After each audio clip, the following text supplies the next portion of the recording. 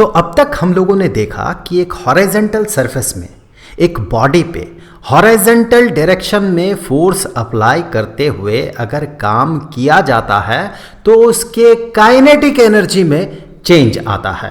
यहाँ पर जितना काम किया जाता है उतना ही काइनेटिक एनर्जी में चेंज होता है, लेकिन हमेशा ऐसा नहीं होता है। चलिए कंसीडर करते हैं एक बो एंड एरो। ये बो है मतलब धनुष है और यह है एरो मतलब तीर है। हम इस तीर को चलाएंगे। इसके लिए हमें क्या करना होगा? इसके लिए हमें इस जगह पे यहाँ पर फोर्स अप्लाई करना होगा, स्ट्रिंग को पीछे की तरफ खींचना होगा। तो इस जगह पे हम फोर्स अप्लाई करेंगे जिससे कि ये स्ट्रिंग पीछे की तरफ जाएगा एरो के साथ। और आप गौर करें कि यहाँ पर हम एक काम कर रहे हैं। क्यों? क्योंकि जो फोर्स का एप्लीकेशन है वो यहाँ से होना शुरू हुआ और यहाँ तक फोर्स का एप्लीकेशन हुआ। तो इस फोर्स के एप्लीकेशन के साथ साथ जिस पॉइंट में फोर्स का एप्लीकेशन हुआ है वहाँ एक डिस्प्लेसमेंट भी हुआ है और ये फोर्स के डायरेक्शन में ही हुआ है। तो ऑब्वियसली यहाँ पर work done is equal to force का मैग्नीट्यूड इनटू डिस्प्लेसमेंट का मैग्नीट्यूड। तो कुछ काम हमने यहाँ पर किया। यहाँ पर हमें भले ही काइनेटिक एनर्जी ना दिखे, लेकिन वो काम किसी और फॉर्म में स्टोर्ड हो जाता है। उस स्टोर्ड एनर्जी को हम तभी रियलाइज कर सकते हैं जब हम इस फोर्स का एप्लीकेशन को हटा दें। जैसे ही हम फोर्स को विथड्रॉ करते हैं वैसे ही तीर बड़े तेजी से भागता है। तो ये जो तीर है, ये तीर, इसे क्या मिलता है? इसे एक स्पीड मिला। तो तीर के पास एक मास है, उसे एक स्पीड मिला, ऑब्वियसली इसे एक काइनेटिक एनर्जी मिल रहा विच इज हाफ mv²। तो ये जो काइनेटिक एनर्जी, ये काइनेटिक एनर्जी आया कहाँ से? हमने जो काम किया था, मतलब तीर को जो हमने खींचा था, स्ट्रिंग को जो पुल किया था, उसके कारण इस पूरे सिस्टम में, इस धनुष में एक एनर्जी स्टोर्ड था। जैसे ही हम फोर्स को विथड्रॉ करते हैं वैसे ही वही स्टोर्ड एनर्जी काम करने लगता है और वो काइनेटिक एनर्जी में कन्वर्ट हो जाता है, तीर के काइनेटिक एनर्जी में कन्वर्ट हो जाता है। आप अगर गौर करें यहाँ पर बो एंड एरो को, तो जैसे ही हम एक बो को खींचते हैं, उसके स्ट्रिंग को खींचते हैं, वैसे ये वाला सेक्शन जो होता है, जो बांस का या लकड़ी का बना हुआ होता है, ये सेक्शन बेंट होता है। तो ये अगर बेंट हो तो ऑब्वियसली वो जो कंस्टिट्यूएंट पार्टिकल्स है, वो कंस्टिट्यूएंट पार्टिकल्स के बीच का डिस्टेंस में चेंज हो रहा है, जिसके कारण जैसे इस फोर्स का, ये जो फोर्स जिसके कारण ये बेंट हुआ है, जैसे इस फोर्स का विथड्रॉल होता है वैसे ये सारे जो कंस्टिट्यूएंट पार्टिकल्स है अपना पुराना जो शेप एंड साइज है, ओरिजिनल शेप एंड साइज, उसे रिगेन करता है, उसे रिगेन करने का टेंडेंसी रखता है, जिसके कारण वही स्टोर्ड एनर्जी रिलीज्ड हो जाता है। तो सबसे पहले देखिए हमने क्या किया। हमने यहां पर वर्क किया, फोर्स का एप्लीकेशन था, हमने इस स्ट्रिंग को खींचा, फोर्स लगा के खींचा, तो उससे वर्क हुआ। ये वर्क स्टोर्ड हो रहा है, ये स्टोर्ड हो रहा है। सो स्टोर्ड एनर्जी, एनर्जी यहां पर स्टोर्ड हो रहा है। कहां पर? इस जगह पे वो एनर्जी स्टोर्ड हो रहा है। और जैसे ही फोर्स को रिलीज किया जा रहा वैसे ही यही स्टोर्ड एनर्जी काइनेटिक एनर्जी में कन्वर्ट हो रहा है। ये जो स्टोर्ड एनर्जी है, इसी स्टोर्ड एनर्जी को पोटेंशियल एनर्जी कहा जाता है। पोटेंशियल एनर्जी कहा जाता है। पोटेंशियल एनर्जी सिर्फ इसी तरह का नहीं होता है, और भी बहुत तरह का पोटेंशियल एनर्जी होता है। चलिए एक एक करके देखते हैं। अभी हम लोग क्या करेंगे, एक सिचुएशन कंसीडर करेंगे जहां पर कि दो मैग्नेट्स हैं। ये पहला मैग्नेट, इस मैग्नेट का नॉर्थ पोल और साउथ पोल, ये दूसरा मैग्नेट, उसका नॉर्थ पोल और ये साउथ पोल। अगर इसे एक फ्रिक्शनलेस सरफेस में रखा जाए या फिर इन दोनों के बीच का डिस्टेंस बहुत कम हो तो क्या होगा? ये स्नैप कर जाएगा, इस तरह से जुड़ जाएगा। अगर इनको अलग करना है तो आप क्या करेंगे? इन्हें अलग करने के लिए आपको इन दोनों पे फोर्स लगाना होगा, आपको खींचना होगा, इन दोनों को खींच के अलग करना होगा। तो आपने यहाँ पर फोर्स का एप्लीकेशन किया, जिसके कारण जिस पॉइंट पे आप फोर्स अप्लाई कर रहे हैं वहाँ पर हो रहा है डिस्प्लेसमेंट उस पॉइंट का, मतलब आप यहाँ पर काम कर रहे हैं। तो यहाँ हमने कुछ काम किया, लेकिन वो काम काइनेटिक एनर्जी में कन्वर्ट नहीं हो रहा, हमें बॉडी का मोशन नहीं दिख रहा है। वो काम गया कहाँ? वो एनर्जी कहाँ है? वो एनर्जी इस पूरे सिस्टम में स्टोर्ड है, बेसिकली इस स्पेस में वो स्टोर्ड होता है। तो वो यहाँ पर स्टोर्ड हो गया, मतलब वो पोटेंशियल एनर्जी में कन्वर्ट हो गया। जैसे ही आप इस फोर्स को विदड्रॉ करेंगे, इस फोर्स को हटाएंगे, वैसे ही क्या होगा, वही पोटेंशियल एनर्जी जो यहाँ पर स्टोर्ड है वो काम करने लगेगा और इन दोनों में मोशन सेटअप करेगा और ये जुड़ जाएगा एक दूसरे के साथ। सो जुड़ने से पहले का सिचुएशन देखें, यहाँ पर क्या हो रहा है, इन दोनों में आ रहा मोशन, मतलब काइनेटिक एनर्जी में वो कन्वर्ट हो रहा है। तो यहाँ पर भी देखें वर्क किया गया, वर्क के कारण एनर्जी जो है पोटेंशियल एनर्जी के तौर पे स्टोर्ड हुआ और फिर जैसे ही फोर्स को रिलीज किया गया वही काइनेटिक एनर्जी में कन्वर्ट हो गया। इस तरह के पोटेंशियल एनर्जी को हम मैग्नेटिक पोटेंशियल एनर्जी कह सकते हैं, क्योंकि ये मैग्नेटिक फील्ड के कारण और मैग्नेट्स के कारण ये अपीयर कर रहा है। सिर्फ मैग्नेट्स के अपोजिट पोल से एक दूसरे को अट्रैक्ट नहीं करता है, बल्कि और भी कुछ चीजें हैं जो एक दूसरे को अट्रैक्ट करता है। दो मासेस एक दूसरे को अट्रैक्ट करता है। सपोज ये अर्थ है, तो अर्थ के सरफेस में अगर कोई बॉडी है तो फिर हम क्या कहेंगे कि अर्थ उसे अपने तरफ खींच रहा है। वैसे देखा जाए तो दोनों बॉडीज एक दूसरे को सेम फोर्स से अपने तरफ खींच रहा है। अर्थ भी इस बॉडी को अपने तरफ खींच रहा है, ये बॉडी भी अर्थ को उसी फोर्स से अपने तरफ खींच रहा है, लॉ ऑफ ग्रेविटेशन। अब क्या है, अगर आपको इस बॉडी को अर्थ से दूर ले जाना है तो आप क्या करेंगे, आपको क्या करना होगा, आपको यहां पर फोर्स अप्लाई करना होगा। तो आपने अप्लाई किया फोर्स यूजिंग रॉकेट और something else, we don't care right now. आपको क्या करना होगा, आपको बेसिकली फोर्स अप्लाई करना होगा। तो आपने यहाँ पर फोर्स अप्लाई किया इस जगह पे, और फोर्स अप्लाई किया, काफ़ी डिस्टेंस तक आपने फोर्स अप्लाई किया, तो ऑब्वियसली यहाँ पर आपने कुछ काम किया। फोर्स अप्लाई किया, उससे डिस्प्लेसमेंट हो रहा, तो यहाँ पर कुछ काम हो रहा है। आपने जो काम किया वो तो इसके काइनेटिक एनर्जी के तौर पे दिख नहीं रहा है, तो वो काम गया कहाँ, वो काम इसी रीजन में, इसी स्पेस में स्टोर्ड हो गया, पोटेंशियल एनर्जी के तौर पे स्टोर्ड हो गया। और इस तरह के पोटेंशियल एनर्जी को हम ग्रेविटेशनल पोटेंशियल एनर्जी कहते हैं, क्योंकि ये पोटेंशियल एनर्जी किसके कारण हो रहा है, मास के ग्रेविटी वाले प्रॉपर्टी के कारण हो रहा है। तो इसीलिए इस तरह के पोटेंशियल एनर्जी को ग्रेविटेशनल पोटेंशियल एनर्जी कहा जाता है। जैसे ही फोर्स को हम यहां से विथड्रॉ करेंगे, हटा देंगे, तो क्या होगा, अर्थ इस बॉडी को अपने तरफ खींचेगा, तो ये बॉडी अर्थ के तरफ रश करेगा, अर्थ के तरफ गिरेगा। जो गिर रहा है, इस प्रोसेस को देखें, गिर रहा है, जितना अर्थ के करीब ये पहुंचेगा उतना इसका स्पीड बढ़ते जाएगा, मतलब काइनेटिक एनर्जी बढ़ते जाएगा। जो हमने यहाँ पर काम किया था वो काम इसके पोटेंशियल एनर्जी के तौर पे स्टोर्ड हो गया था। जब बॉडी को यहाँ से यहाँ तक खींच के लाया गया फोर्स के एप्लीकेशन से, तो इस पूरे सिस्टम में यहाँ पर पोटेंशियल एनर्जी के तौर पे ये जो काम किया गया, यही काम पोटेंशियल एनर्जी के तौर पे स्टोर्ड हो गया।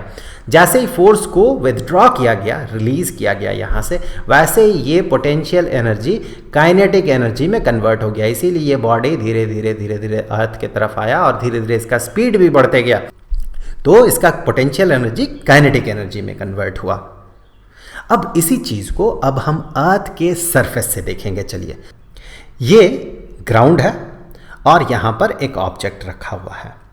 ऑब्वियसली ग्रेविटी के कारण इस ऑब्जेक्ट पे एक नीचे की तरफ फोर्स अप्लाई होगा, जिसे कि फोर्स ड्यू टू ग्रेविटी कहा जाता है। अगर इस बॉडी का मास m है और इस रीजन में acceleration due to gravity g हुआ, तो फिर इसे हम कहेंगे mg। The force due to gravity जो कि डाउनवर्ड्स होगा वो होगा mg के बराबर। इस बॉडी को हमें ऊपर चढ़ाना है, हमें इसे इस हाइट तक चढ़ाना है, इस हाइट तक। यह हाइट कितना है, ग्राउंड से h डिस्टेंस ऊपर है। तो इस बॉडी को अब हम यहां पर चढ़ाएंगे। कैसे चढ़ाएंगे, हमें फोर्स का एप्लीकेशन करना होगा, ऊपर की तरफ हमें फोर्स अप्लाई करना होगा, तब जाके ये बॉडी ऊपर चढ़ेगा। ये फोर्स कितना होगा, इस फोर्स को mg के बराबर होना होगा, तब जाके ये बॉडी ऊपर की तरफ लिफ्टेड होगा।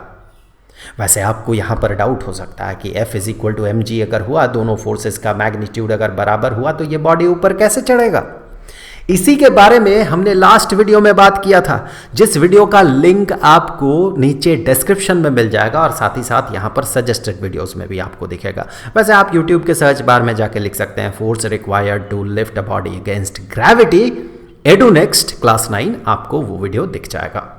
चलिए उस पर और फिर से बात नहीं करते हैं।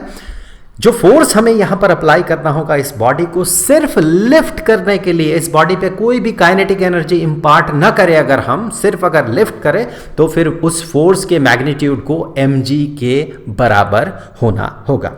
हमने ये फोर्स अप्लाई किया जिसके कारण की बॉडी ऊपर की तरफ लिफ्टेड हुआ, इस हाइट तक ये बॉडी ऊपर चढ़ा। तो यहां पर ऑब्वियसली हमने जो कि फोर्स अप्लाई कर रहे हैं तो हमने यहां पर कुछ काम किया। क्यों काम किया? क्योंकि यहां पर हमने F फोर्स अप्लाई किया और उसके कारण H डिस्प्लेसमेंट हुआ। जिस पॉइंट में हम फोर्स अप्लाई कर रहे हैं उस पॉइंट का डिस्प्लेसमेंट कितना हो रहा? H डिस्प्लेसमेंट हो रहा। और फोर्स और जो डिस्प्लेसमेंट है दोनों का डायरेक्शन सेम है, तो ऐसा सिचुएशन में work done is equal to force का मैग्नीट्यूड इनटू डिस्प्लेसमेंट का magnitude. Now this F is equal to mg। तो हम कह सकते हैं हमने कितना काम किया? हमने mgh काम किया। यहां पर हमने काम किया, हमने एनर्जी खर्चा किया। किस पे काम किया? हमने इस बॉडी पे काम किया, मतलब इस बॉडी को एनर्जी मिला। हमने बॉडी पे काम किया, हमारा एनर्जी खर्चा हुआ और बॉडी को एनर्जी मिला। ये वाला जो बॉल है इसे एनर्जी मिला। कितना एनर्जी मिला? mgh एनर्जी मिला। और वो एनर्जी काइनेटिक एनर्जी के तौर पे स्टोर्ड नहीं है यहां पर, क्योंकि ये बॉल सिर्फ लिफ्टेड हुआ, इसमें कोई भी वेलोसिटी इंपार्टेड नहीं हुआ। तो ये एनर्जी पोटेंशियल एनर्जी के तौर पे स्टोर्ड है, ग्रेविटेशनल पोटेंशियल एनर्जी के तौर पे स्टोर्ड है। तो यहां से हम कहेंगे कि जो काम हमने किया ऑब्वियसली वही काम इसके पोटेंशियल एनर्जी में स्टोर्ड हो जाएगा। तो हम कहेंगे change in potential energy is equal to work done and that is equal to mgh। हम यहां चेंज इन पोटेंशियल एनर्जी क्यों कह रहे हैं? क्योंकि जो काम किया जाएगा वो पोटेंशियल एनर्जी में स्टोर्ड होगा। तो यहां पर जब बॉल ग्राउंड में था इस समय भी इसके पास कुछ पोटेंशियल एनर्जी था, ऑब्वियसली पोटेंशियल एनर्जी था। यहां पर इस जगह पे इसके पोटेंशियल एनर्जी को अगर हम E सब pg, G फॉर ग्राउंड अगर कहते हैं, और चढ़ने के बाद अगर इसका पोटेंशियल एनर्जी E सब ph हुआ, h हाइट पे जो पोटेंशियल एनर्जी है, देन इन दोनों का डिफरेंस, इसीलिए यहां पर डेल्टा साइन यूज किया गया, इन दोनों पोटेंशियल एनर्जीज का डिफरेंस होगा mgh। इसके साथ mgh को ऐड कर दे तो मिलेगा ये वाला potential energy. For our own convenience हम क्या करते हैं? हम एक जगह का पोटेंशियल एनर्जी को जीरो अज्यूम कर लेते हैं, मान लेते हैं। आई रिपीट हियर, मान लेते हैं। I once again repeat here कि हम मान लेते हैं कि ग्राउंड में पोटेंशियल एनर्जी जीरो होता है। वैसे एग्जैक्ट पोटेंशियल एनर्जी कितना होता है इसका कैलकुलेशन थोड़ा कॉम्प्लिकेटेड है, जो कि आप 11th स्टैंडर्ड में जाके पढ़ेंगे। वैसे मैं आपको बता दूं, अगर आप इंटरेस्टेड हैं और थोड़ा बहुत इंटीग्रेशन और डिफरेंशिएशन आप समझ सकते हैं तो फिर आप डेफिनेटली एडू पॉइंट चैनल पे जाइए, वहाँ 11th का प्लेलिस्ट ग्रेविटेशन के लिए जो है उसे खोलिए और आप देख लीजिए कि कितना एनर्जी होता है अर्थ के सरफेस में, पोटेंशियल एनर्जी किसी बॉडी का। वापस आते हैं, तो हमने क्या बात किया कि हम मान लेते हैं कि ग्राउंड में पोटेंशियल एनर्जी जीरो है, तो जीरो जूल, एनर्जी का यूनिट जूल है, तो जीरो मान लेते हैं हम। तो ऑब्वियसली ये जो पोटेंशियल एनर्जी है that should be potential energy at ground plus mgh, तो ऑब्वियसली इसे हम mgh कहते हैं। mgh चूंकि हमने इसे जीरो मान लिया है तो इसे हम mgh कहते हैं। ये जो प्लस mgh लिखा गया था ये इसके लिए लिखा गया था, ग्राउंड में potential energy plus mgh that is equal to this potential energy. तो ऑब्वियसली ग्राउंड वाले को अगर जीरो मानेंगे तो फिर इस जगह पे h हाइट पे जब ये ऑब्जेक्ट है तो उसका पोटेंशियल एनर्जी को हम mgh कहेंगे। अब यहाँ से आगे बढ़ते हैं। अब एक इंटरेस्टिंग सिचुएशन पे बात करेंगे। मान ले कि दो बॉडीज़ हैं, दोनों बॉडीज़ को सेम हाइट तक लिफ्ट किया गया अगर, लेकिन दोनों के लिए पाथ हमने बिल्कुल अलग अलग चूज़ किया। भले ही यहाँ पर डिस्टेंस आपको कम दिखे और यहाँ पर डिस्टेंस ज़्यादा दिखे, लेकिन दोनों ही केस में इन दो बॉडीज़ का ग्रेविटेशनल पोटेंशियल एनर्जी सेम होगा। इसका प्रूफ थोड़ा अभी आपके लेवल पे, स्टैंडर्ड 9th लेवल पे डिफ़िकल्ट होगा, लेकिन इसका जो ऑल्टरनेट प्रूफ होगा ये आप आगे के वीडियोस में आप समझ जाएंगे। ऑल्टरनेटिवली हम इस चीज़ को कैसे प्रूव कर सकते हैं या समझ सकते हैं कि सेम हाइट पे दोनों आइडेंटिकल बॉडीज़ का पोटेंशियल एनर्जी सेम होता है, भले ही हम उसे ऊपर चढ़ाने के लिए कोई सा भी पाथ यूज़ क्यों ना करें। अब आते हैं कंपैरिजन पे, एक बहुत ही इंटरेस्टिंग कंपैरिजन पे। तो ये बॉल अभी ग्राउंड पे रखा हुआ है और आपके पास है बो एंड एरो। ओके, हम क्या करेंगे, इस बॉल को हम ऊपर चढ़ाएंगे और इस एरो को, इस बो का जो स्ट्रिंग है एरो के साथ, उसे पीछे की तरफ खींचेंगे। तो इन दोनों प्रोसेसेस में बॉल को हमने ऊपर चढ़ाया इस प्रोसेस में, और हमने स्ट्रिंग को खींचा, बो के स्ट्रिंग को खींचा इस प्रोसेस में। इन दोनों प्रोसेसेस में हम कुछ वर्क कर रहे हैं, तो हमने काम किया। लेकिन दोनों ही केसेस में ये काम जो है ये काइनेटिक एनर्जी में कन्वर्ट नहीं हुआ, बल्कि पोटेंशियल एनर्जी के तौर पे स्टोर्ड है। यहाँ पर ग्रेविटेशनल पोटेंशियल एनर्जी के तौर पे स्टोर्ड है, और यहाँ पर आप कह सकते हैं इलास्टिक पोटेंशियल एनर्जी के तौर पे ये स्टोर्ड है। जैसे ही हम फोर्स को विदड्रॉ करेंगे, इसे जो हम खींच के हमने ऊपर चढ़ाया है, जिस फोर्स से हमने इसे ऊपर चढ़ाया, उस फोर्स को जब हम रिलीज़ कर देंगे और यहाँ से भी हम जब फोर्स को रिलीज़ कर देंगे, तो होगा क्या, वही पोटेंशियल एनर्जी काइनेटिक एनर्जी में कन्वर्ट हो जाएगा। ये एरो जो है, एरो को मिलेगा काइनेटिक एनर्जी, और यहाँ पर इस बॉल को मिलेगा काइनेटिक एनर्जी। बॉल ऊपर से नीचे गिरेगा, जितना ये नीचे गिरेगा उसका स्पीड बढ़ते जाएगा, और एरो यहाँ से काफ़ी तेज़ी से बाहर निकलेगा, मतलब इसे काइनेटिक एनर्जी मिलेगा, इस बॉल को भी काइनेटिक एनर्जी मिलेगा, और फिर ये एरो जाके इस टारगेट में जाके ये रुक जाएगा, उसे पेनिट्रेट करते हुए रुक जाएगा। जैसे ये इसे पेनिट्रेट करेगा तो यहाँ से एनर्जी रिलीज करेगा, हीट एनर्जी, साउंड एनर्जी, इस तरह का एनर्जी रिलीज करेगा, और यहाँ इस बॉडी पे ये जो टारगेट है, इस टारगेट पे होगा वाइब्रेशन, ये टारगेट वाइब्रेट करेगा। तो ये जो इसका काइनेटिक एनर्जी था एरो का, वो इन सारे एनर्जीज के तौर पे रिलीज हो जाएगा। क्यों?